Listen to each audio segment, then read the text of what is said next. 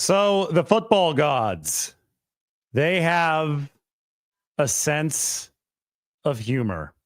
And the football gods, they always have the last laugh. The 49ers have signed Michael McCorkle Jones. If you haven't heard of him, it's probably because you know him by the name of Mac Jones. Technically, the 49ers have picked Mac Jones over Trey Lance. But no, the year is not 2021. And no, this is not a draft pick. This is a signing to be the 49ers backup quarterback. Trey Lance also available this free agency, but the 49ers have gone back and they have switched the decision from 2021 when they obviously picked Lance over Jones at pick number 3 after trading all of that draft capital to move up to number 3.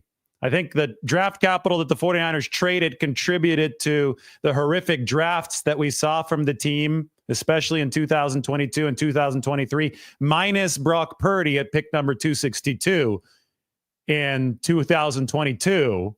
So that's hurt the team, but it all comes full circle. And Purdy, who has saved the team over that course of time, now has a new backup. It is Mac Jones. Yes, the football gods do indeed have a sense of humor. The deal is worth $7 million base over 2 years, up to $11.5 million of max value if Mac Jones meets certain incentives, which will definitely be tied to playing time. This is one of the backup quarterback options that we expected for the 49ers. The other one was Jameis Winston. I think it would have been more entertaining over the longer run to have Jameis Winston over the locker room because he's one of the biggest personalities this game has ever seen. But for the short term, Mac Jones is really damn entertaining because, well, it brings it all full circle. I still remember this YouTube channel started in 2021. You can see that over my right shoulder. Do not mistake that guy right here, that's number 16, that's Joe Montana. Do not mistake him for Mac Jones. But 2021, I know it's a Frank Gore jersey. It signifies when this channel started. The birth of the channel, I think the first big video, maybe the first video, I'm not sure where exactly the first one was after the 2021 NFL draft when the 49ers picked Trey Lance over Mac Jones, because I would say about 99% of people were saying they were going to pick Mac Jones. I was one of the 1% that said, no, they're going to pick Trey Lance because they wouldn't have traded up for Mac Jones. And then we went live right after the 49ers made the pick of Lance. And now we have a much better camera. We're not looking at the FaceTime on the screen anymore, whatever they call it, like the little, the little camera on your laptop screen. Now we have an actual camera 4 years later, how far we've come, both with the channel and with the quarterback situation. Mac Jones has now been on 3 separate teams after the 49ers did not pick him in 2021. And Trey Lance, he's about to find his 3rd team. We'll see who he signs with if somebody wants him, but he's been with the 49ers and the Cowboys since then. In 2021, when the 49ers drafted this guy, Michael McCorkle Jones, Brock Purdy was still at Iowa State. Jimmy Garoppolo was still the 49ers starting quarterback. A lot has changed since then. That's why I say that the football gods have a sense of humor. But I will say that on the surface level of things, the 49ers needed a backup quarterback. Mac Jones obviously fits what the 49ers, what Shanahan is looking for. He wants somebody to run the system at a competent level. Shanahan thinks that Mac Jones can do that. And off the 49ers go, a deal, 2 years, $7 million, $5 million, guaranteed $11.5 million, the max amount. 2 years, a little bit longer than the 49ers typically give out for a backup quarterback contract. But they do have, if you can get it as a team, I'm surprised that Mac Jones agreed to 2 years of team control with the 49ers. The team will be happy to take that second year of control. They essentially get it. Well, I think they probably ought to give Mac Jones a little bit more guaranteed money to get to that point. Backup quarterback contracts have come in at about $4 million. I think Jameis Winston played last year for 3, even maybe it was 3 or 4. San Francisco last year had Josh Dobbs at about $4 million. So they paid a little bit more, $5 million guaranteed to be able to get Mac Jones for the second year of team control, just in case something happens to Brock Purdy. And you get stability in the backup quarterback room as well. I mean, back in the day, the 49ers had Elvis Gerbach for several years behind Steve Young, and obviously Steve Young for several years behind Joe Montana. And the backup quarterback stability does help. If the QB is hurt, you're not having to reinstall the system every year. There is one coaching connection here with Mac Jones, and that is Mick Lombardi, the 49ers' new quarterbacks coach. Remember that Mick Lombardi was the QB coach in New England for Tom Brady's final season there in 2019? Mac Jones wasn't around yet, but in 2021, after the Patriots did pick him in the middle of the first round, Mick Lombardi was still on staff as the wide receivers coach. The 49ers have obviously had a shuffle at top because Brian Griese has at least temporarily stepped away from coaching. So Mick Lombardi has moved to QB coach. He's going to be reunited with Mac Jones now in the quarterback room. Another piece of news, this one's probably not going to make people very happy, but I know I was talking about Dalvin Tomlinson earlier, the defensive tackle, the veteran, the war daddy. I thought the 49ers could have really used him, but he signs with the Arizona Cardinals instead. 2 years, $29 million. I mean, these guys are going for a lot. $16 million guaranteed for Dalvin Tomlinson with the Cardinals. But we can talk about who the 49ers actually did sign, and that is Mac Jones. We can also take a look at how Mac Jones has performed over the years, and this is going to end up being a Brock Purdy appreciation video. Here is the chart. You got to love the chart, right? You want to be further to the right and further up. Now, Brock Purdy has had 1,299 dropbacks since 2022 when he entered the league. So I set this at 2021 to 2024 because Mac Jones entered in 2021. And I set the minimum at 1,299, so Purdy would be on the chart. You want to be further to the right and further up. Completion percentage over expectation is on the x-axis, and EPA, expected points added, efficiency is on the y-axis. So it's accuracy and efficiency. Brock Purdy has been the most efficient quarterback in football since joining in 2022. Mac Jones has been one of the least efficient quarterbacks in football since joining in 2021. Guess who else hasn't been good? The guy who went number one that year, 2021, Trevor Lawrence. Other guys also have been bad, such as Zack Wilson and Trey Lance and Justin Fields. Justin Fields is the only quarterback who's been less efficient than Mac Jones since joining the league in 2021. I remember the grand debate between all those, everybody was trying to talk about, the 49ers need to pick this, need to pick that. Oh, Justin Fields is going to revolutionize what the 49ers are doing. All those guys have ended up being flops in the NFL to the point where Mac Jones is okay signing a 2-year deal as a backup. He likes that extra year of job security because nobody's thinking of him as a starter anymore. I think as a backup, it's fine for the 49ers, but let's just underscore how bad that 2021 quarterback draft class was.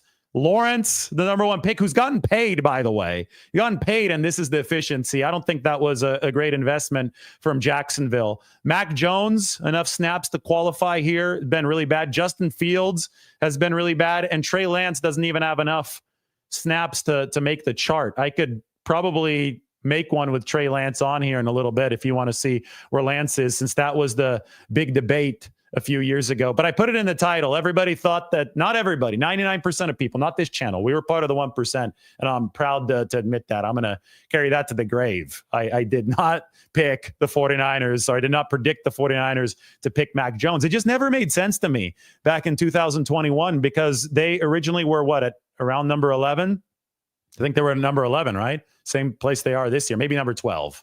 I might have been number 12 that year. 12, and they traded up to number 3. And every single projection that we got, and I remember talking to Greg Cosell about this. I mean, we did a big article with Greg Cosell, and he was saying, Mac Jones, this is not a prospect that I have graded as a top 5 or even top 10 prospect. And he thought that most of the NFL agreed with him. And then once the first round got rolling and the 49ers obviously picked Trey Lance at number 3, Jones fell to number 15. So they would have been able to pick up Mac Jones without trading up had they really wanted him.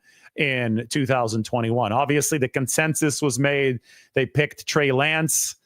We can break down the thought process of the 49ers until the cows come home. We've talked about this many times. They were taking a big swing. They thought that they could find the modern version of John Elway or Steve Young, because Mike Shanahan coached Elway and Steve Young, and he had a quarterback who could beat you with his arm and also with his legs. And Trey Lance was this relatively unknown raw prospect out of North Dakota State who looked like he was dominating everybody on tape at the FCS level with his legs. And he could also throw the ball really far. He had a strong arm. And so the 49ers said, we're going to turn this into our bionic quarterback of the future. And obviously that didn't work. It blew up in their face. But the very next year, the 49ers signed a quarterback, drafted a quarterback, then they signed him with the very last pick of the draft, who can beat you with both his arm and his legs. He's got one of the faster 10-yard splits that we've seen out of the quarterback position, and his name is Brock Purdy. So yes, the football gods have a sense of humor. They tie everything together. First, the 49ers whiffed on pick number 3, and then they hit a bullseye with pick number 262 the very next season. So you're at the very top of the draft. I mean, I compare the draft to a dartboard, and you're standing in front of the dartboard, and you've got a much easier throw the dart when you're 5 feet away. That's when you have a high pick. When you've got pick number 262, you're way back there. You're like 40 yards away from the dartboard. 49ers from 5 feet away missed the dartboard entirely with Trey Lance.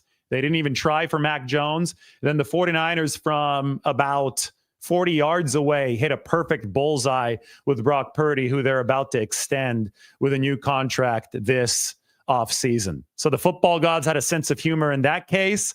And now I think they're even funnier 4 years later, because they remember when so many people thought the 49ers were going to pick Mac Jones. They said, hey, after Mac Jones flames out as a starter with the New England Patriots and then Jacksonville, Jones was actually Trevor Lawrence's backup, funny enough, as we were looking at that chart. After that happens, well, let's just bring poetic justice full circle. Let's make Mac Jones Brock Purdy's backup with the 49ers. Completely wild. From a schematic standpoint, I don't know if there's a whole lot to say here. Mac Jones isn't a mobile quarterback, but he's a processor in the pocket.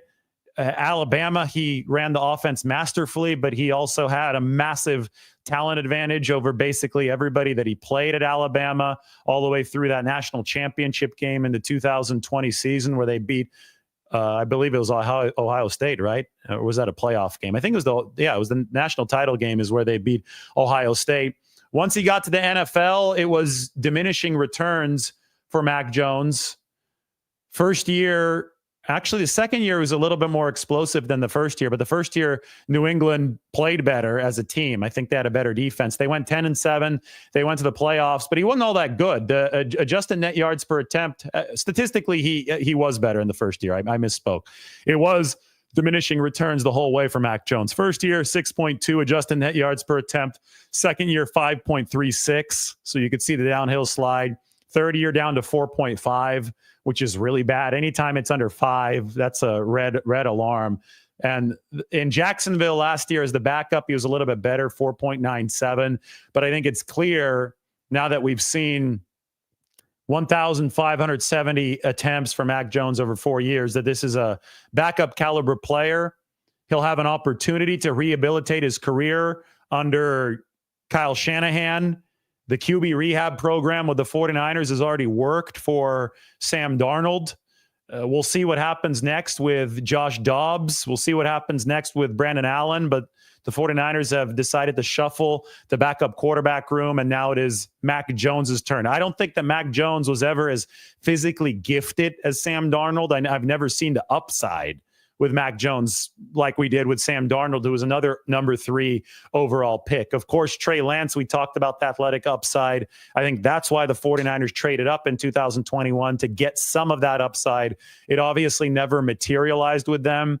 But from Jones' perspective, I think that if you put him in the right system, there's got to be a decent floor. I mean, we saw it in Alabama. I get it. It's college. The defenses are different. The speed of the game is much easier on the quarterback. But I think that the idea was when NFL scouts were evaluating Mac Jones, there wasn't a great ceiling, but there at least was a floor. And when you're looking at a backup quarterback situation, the floor is much more important than the ceiling.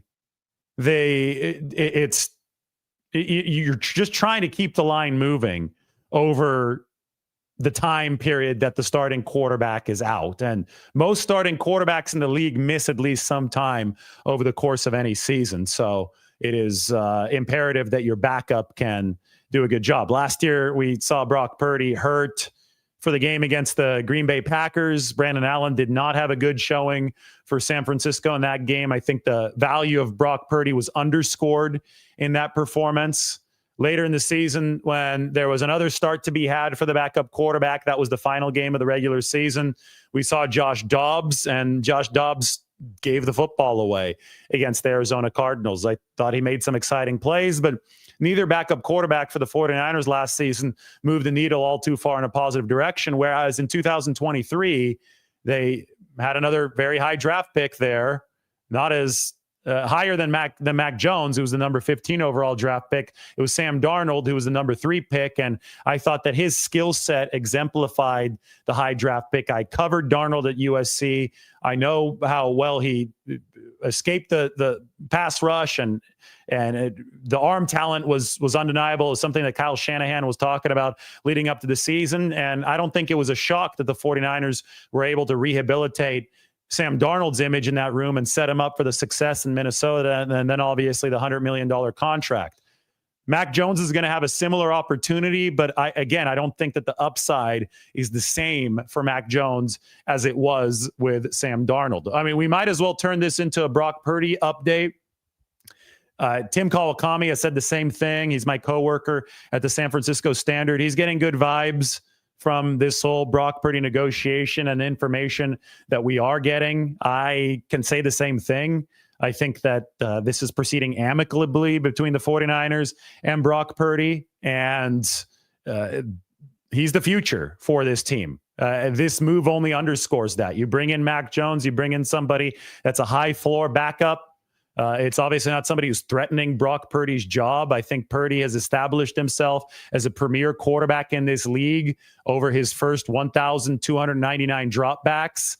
The numbers speak for themselves. We can see them right here, and it's worth repeating that ever since joining the league, Brock Purdy has been the number 1 quarterback in terms of efficiency. That's why he's up there above Josh Allen. He's above Patrick Mahomes. He's above Lamar Jackson, above Tua Tagovailoa, Jalen Hurts, Joe Burrow. It is Purdy's name on that chart higher up on the vertical axis than anyone else's. And EPA is most certainly correlated with quarterbacking quality. If you want to go with a even more quarterback specific stat that tries to isolate the quarterback from the rest of the team, Brock Purdy has excelled in that regard as well. QBR, he was number 1 in 2023. And even in his worst season in 2024, he was number 7. So the 49ers know exactly what they're working with. That's why this entire offseason has been tailored toward building the roster for the future around Brock Purdy. They were obviously trying to kick the door down with big time expenditures over the course of the past couple seasons. They had to rein back on the cash spend, as John Lynch explained at the NFL Combine. And one of the primary ways they have done that is that they've gone through the offense, and they are obviously reworking things so that they're more tailored for their quarterback's skill set. So you look at the tight end position, for example, where the 49ers signed Luke Farrell on the first day of the legal tampering window. He's a premier blocking tight end, but he's also 6'5". And while he's going to execute a lot of the run blocks that are so important to Kyle Shanahan's system that Kyle Juszczyk executed, I think that Luke Farrell is going to give the 49ers the ability to morph into 12 personnel more often. And guess what? Brock Purdy ran a lot of in college at Iowa State. He ran a lot of 12 personnel. So the offense is moving more and more toward what the franchise quarterback is most comfortable with. The Deebo Samuel trade is another great example of this for the 49ers. They ranked dead last, number 32, in average separation at the time of catch or incompletion last year. They were bad against man coverage. Purdy still carved up zone coverage, but man coverage, that's on the receivers. Well, the 49ers made sure to move on from the receiver who did the worst job separating for them last year. That was Deebo Samuel. They just signed DeMarcus Robinson yesterday. He's a much better separator. I don't even know if they're done at the receiver position. We'll see what they continue doing, but it's obviously geared toward Brock Purdy on this offense. So that's the context for everything. Purdy's at quarterback 1. Mac Jones is at QB2. We're going to have the ceremonious adding to the depth chart happen right now. This is what we do after every single 49ers signing on the channel. If you've been with us since 2021, since that first show that I did right after the 49ers picked Trey Lance over Mac Jones, thank you. If you're just now joining the channel 4 years later, almost 4 years later, the 4-year anniversary is going to be coming up on April 29th, I believe. Was the date April 29th that happened? Late April. If you're just joining us, hit that subscribe button.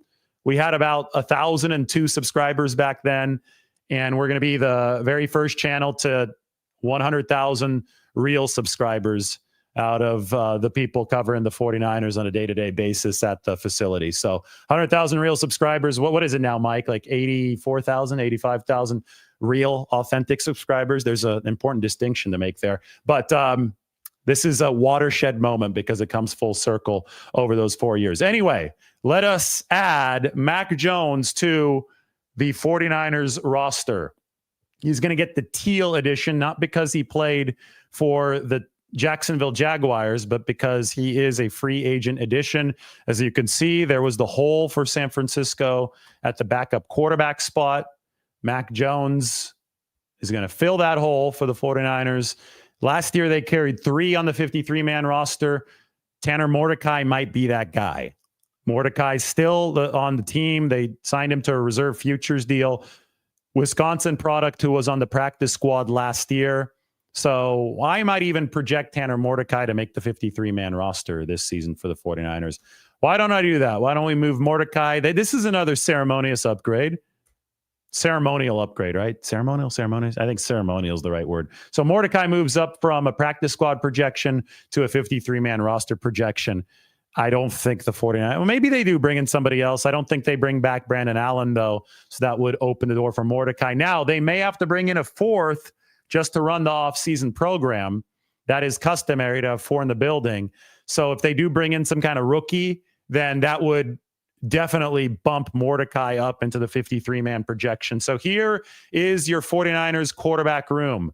Brock Purdy, Mac Jones, Tanner Mordecai. If you're wondering what the yellow shading is, those are the 49ers core players. I did a show a little bit earlier today to illustrate where the 49ers roster is at, because there's a big-time national media freak out about the players the 49ers have lost. And my main point is that at any given time, the best you're going to do is have one core player at each position group, with the exception of defensive line and offensive line, where I think you are best off with 2 core players. So I highlighted in yellow the 49ers A-list core players. Purdy is obviously that core player at the quarterback position.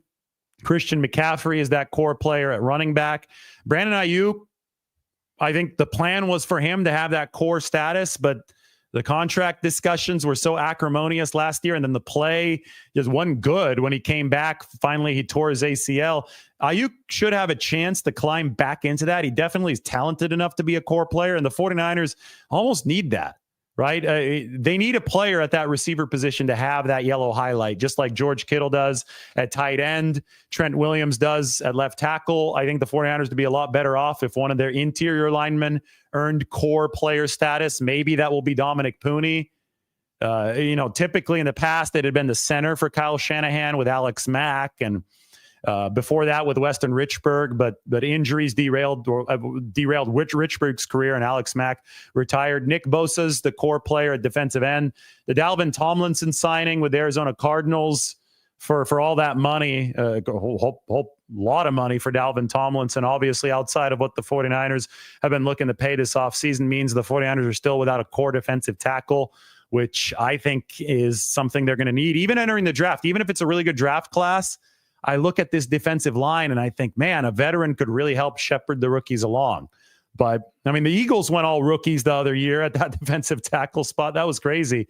Jalen Carter really emerged, and then they won the Super Bowl in 2024. So we'll see how the 49ers proceed at that defensive tackle position. Fred Warner, core player at middle linebacker. Deommodore Lenoir, core player at cornerback.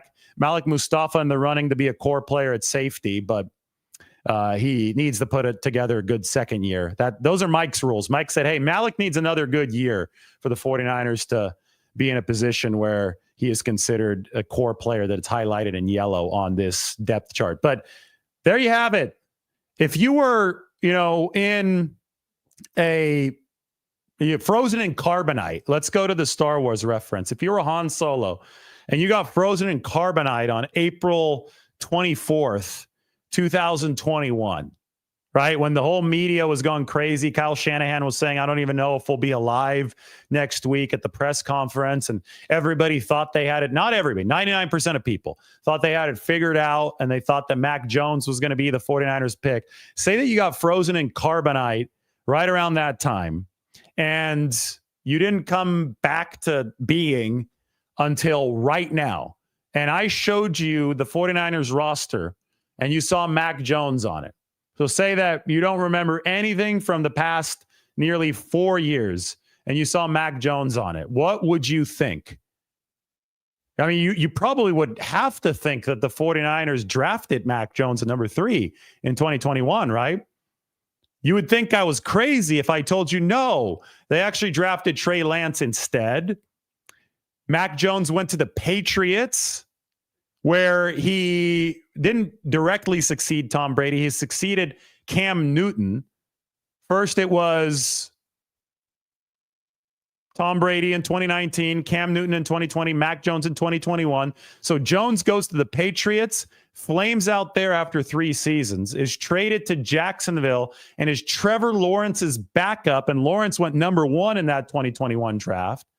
And then Mac Jones heads to the 49ers. So in a really roundabout way, if you had been frozen in carbonite, you wouldn't be shocked to see Mac Jones on the roster, but you probably be like, what the hell is he doing as the backup? Who's this guy, Brock Purdy? Well, in a really roundabout way, Mac Jones did come to the 49ers, but boy, was the road there as windy as the road up to Shaver Lake. I mean, this has been the craziest 4 years that I've seen in my lifetime in the NFL. And I've covered the league since 2017, but the past 4 years, the twists and turns that we have seen have been truly exceptional. The football gods do have a sense of humor.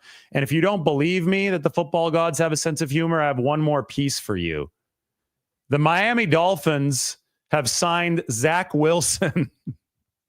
Mike McDaniel just signed Zach Wilson, 1 year, $6 million, fully guaranteed deal that could grow to $10 million. So Zach Wilson's actually making more per year than Mac Jones, who's making $7 million over 2 years, and it can max out at 11.5. So Zach Wilson gets a better contract. He's going to have free agency freedom first. I think Zach Wilson has more of an upside, right, than Mac Jones. The funny thing is we made all of these conversations happen millions of times 4 years ago. Who has more upside, Zach Wilson or Mac Jones or Trey Lance? Or Trevor Lawrence was always the shoe-in to be number 1, but Justin Fields was obviously in all those conversations. So we've had these conversations way too many times already. We don't have to belabor them again. We just have to emphasize that the football gods do have a sense of humor, because Zach Wilson has signed with Mike McDaniel, the former 49ers offensive coordinator. He was the OC back in 2021. Zach Wilson has signed with McDaniel at 49ers South over in Miami at around the same time that Mac Jones has signed with Kyle Shanahan in San Francisco. As far as I know, Trey Lance remains a free agent on this first day of the new league year. Is this even worth doing questions? Give me a yes or a no.